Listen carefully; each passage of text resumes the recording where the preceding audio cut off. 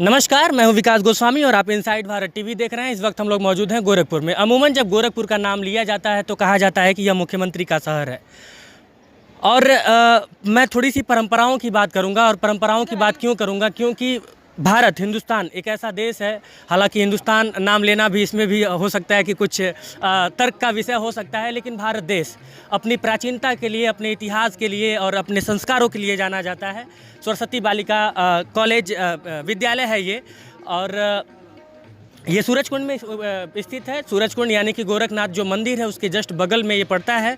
बहुत ही शानदार। मैं मतलब कि 10 मिनट ही सुन पाया और अपने आप को थोड़ा सा भाग्यशाली मान रहा हूँ और अभाग्यशाली भी मान रहा हूँ कि मैं पूरा नहीं सुन पाया।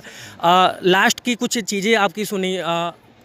कई सारे कथावाचकों को मैंने सुना है और उससे थोड़ा सा परे था। भगवान के साथ साथ राष्ट्रभक्ति, क्या कुछ कहना चाहेंगे? राष्ट्र ही राम है और राम ही राष्ट्र है। भारतवर्ष में भगवान को और राष्ट्र को अलग नहीं देखा जा सकता। और इसलिए हम जिन नैतिक मूल्यों की चर्चा करते हैं उनका आधार तो हमारे ईश्वर, हमारे देवता, हमारे अवतार ही हैं।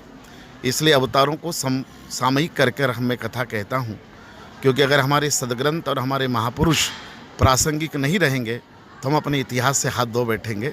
इसलिए उनको प्रासंगिक करके कहना और परिणामी बनाना ये हमारा काम है। इसी संदर्भ में मैं यहाँ कुछ विद्यार्थियों के बीच निवेदन कर रहा था। मैं सबसे पहले आपको लास्ट में आपने कई सारे नैतिक मूल्यों की बात की, जिसमें से जो बड़ों का हाथ था, उस तरह की जो चीज़ें थे, उसके लिए सबसे पहले तो मैं प्रणाम करता हूं। और मीडिया की भी आपने उसमें चर्चा की थी, तो मैं आपको बता दूं कि मीडिया में थोड़ा सा अलग हूं मैं और मेरी टीम। मैं इसलिए ये बात कह रहा हूँ क्योंकि जब भी संस्कृति की बात आती है, जब भी अपने घर की बात आती है, घर कह सकते हैं, और घर की परंपराएं, घर की संस्कृति, वो बने रहना बहुत ज़रूरी है। क्योंकि जड़ें मजबूत रहती हैं तो पेड़ कईयों साल तक खड़ा रहता है। अभी जो मतलब कि संक्षिप्त में, क्योंकि कथा कहना बहुत लंबा एक समय होता है, लेकिन संक्षिप्त में मेरे दर्शकों को और कई सारे ऐसे विद्यालय हैं जो वेस्टर्न कल्चर की तरफ भाग रहे हैं अपनी संस्कृति को छोड़कर। क्योंकि मैं वेस्टर्न की अगर बात करूं, वेस्टर्न के लोग धीरे धीरे भारतीय परंपराओं की तरफ बढ़ रहे हैं, लेकिन भारतीय कुछ लोग, मैं सबकी बात नहीं करूंगा, लेकिन कुछ लोग हैं जो वेस्टर्न कल्चर की तरफ भाग रहे हैं। तो इस पर आप क्या कहेंगे? उनको क्या संदेश देना चाहेंगे? निसंदेह मैंने मीडिया पर जो कथा में प्रश्न खड़ा किया, अगर मेरे मीडिया के बंधु को कोई बुरा लगा हो, एक होता है गुरु, उसके ऊपर होता है सदगुरु, उसके ऊपर होता है जगतगुरु, उसके ऊपर होता है परम गुरु। मुझे लगता आपको कहना था कि गुरु गोरखनाथ का धीरे धीरे गुरु किसको, मीडिया की जो दृष्टि जहाँ तक जाना चाहिए वहाँ तक नहीं जा रही है, इसलिए हमारी परम गुरु किसको कहते हैं? मुझे लगता है अगले इंटरव्यू में आप इसे कहेंगे कि गुरु गोरखनाथ की धरती है। सीएम ये मेरे मुंह से थोड़ा सा रोकूंगा, ये मेरे मुंह से बार बार पॉलिटिकल लोग कहलवा देते हैं, उनकी आदतों की वजह से कहना पड़ता है। जी हाँ, वर्तमान परिदृश्य में सीएम बहुत यशस्वी हैं, कल्याणकारी है, उत्तर प्रदेश का कल्याण कर रहे हैं, लेकिन उनके पास जो नैतिक मूल्य है और जो शक्ति है वो तो गुरु गोरखनाथ की ही शक्ति है। और इसलिए अपने गुरु का आशीर्वाद लेकर वो आगे बढ़ रहे हैं। पाश्चात्य जगत में के विचारों को लेकर जो शिक्षा में इन दिनों कॉन्वेंट स्कूल और दूसरे काम कर रहे हैं, उन्होंने पिछले अनेक सालों में भारत का बहुत विनाश किया है। और अभी भी अगर भारतवर्ष नहीं जागा तो निश्चित रूप से हम अपनी अस्मिता खो देंगे। उनके कारण हमारा माँ शब्द चला गया। आज किसी घर में माँ को माँ नहीं कहा जाता, इसके लिए कौन जिम्मेदार है?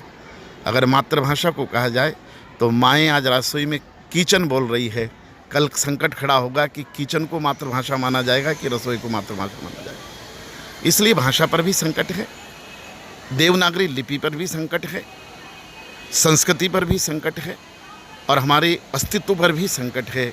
क्योंकि जो अपनी मूल खो देता है वो राष्ट्र पराभव को और परतंत्रता को प्राप्त हो जाता है। इसलिए अगर राष्ट्र को सुरक्षित रखना है तो यहाँ की भाषा को, यहाँ की संस्कृति को, यहाँ के मूल्यों को जीवित रखना पड़ेगा। और इसलिए विद्या भारती ने यह काम 1952 में गोरखपुर से ही शुरू किया था।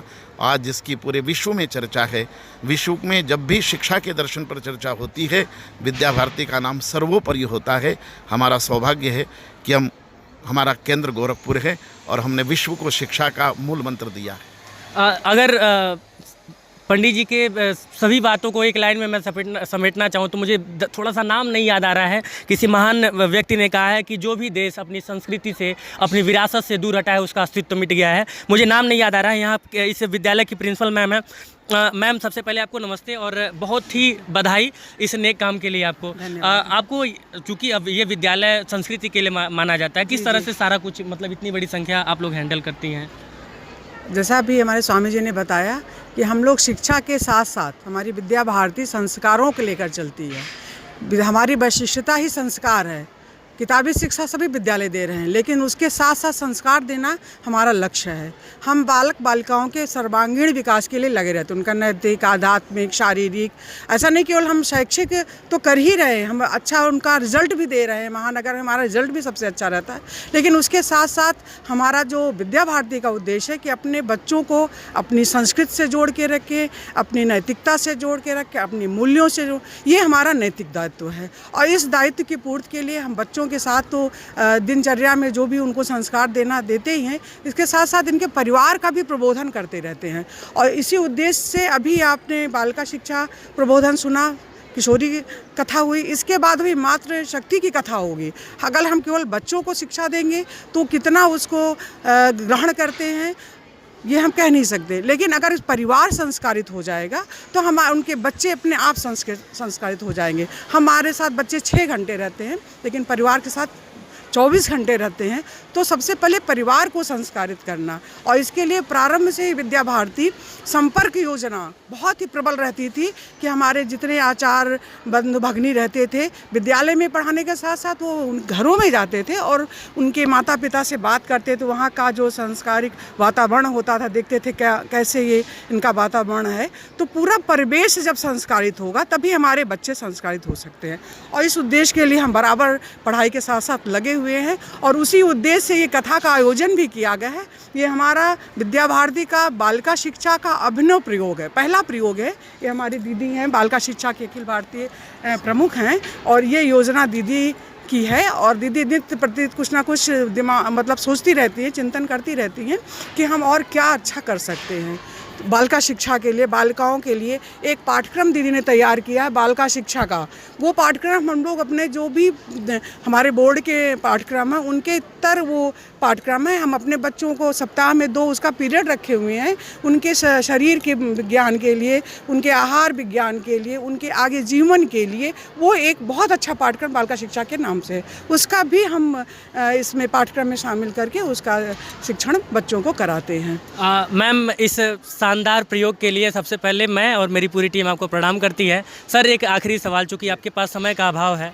रूढ़िवादी एक शब्द है, मैं और स्वतंत्र की चर्चा आपने की कि स्वतंत्र और आज़ादी, और रूढ़िवादी शब्द को आप कितना निगेटिव की तरफ मानते हैं और कितना पॉजिटिव मानते हैं? और संस्कृति से, अपने देश की संस्कृति और परंपराओं को फॉलो करना क्या रूढ़िवादिता है?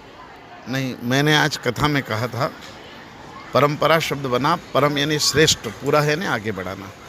हम जीवन में जब आगे बढ़ते हैं तो अच्छाइयों के साथ साथ जीवन में कई बुराइयां आ जाती हैं।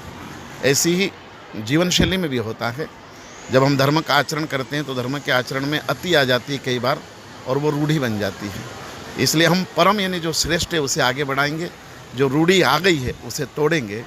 परम को ही आगे बढ़ाना ये परंपरा है, और जो अकल्याणकारी अशुभ है उसे खत्म कर देना, वही रूढ़िवाद को खत्म करेंगे। और ये केवल विवेक से संभव है। हम विवेक से तय करेंगे कि कौन सी चीज़ आने वाली पीढ़ी के लिए उपयोगी है और कौन सी अनुपयोगी है। मैम, एक आखिरी सवाल, एक छोटा सा सवाल आपसे, ये दिमाग में क्यों आया और कैसे आया? मैं बालिका विद्या मंदिरों में जाती हूँ, तो अभी जो पाठ्यक्रमों का बोझ है, परीक्षा का जो तनाव है, उसके कारण हम बालिकाओं का जिस प्रकार से काउंसलिंग कर सकते थे उसमें कहीं ना कहीं बाधा आती थी।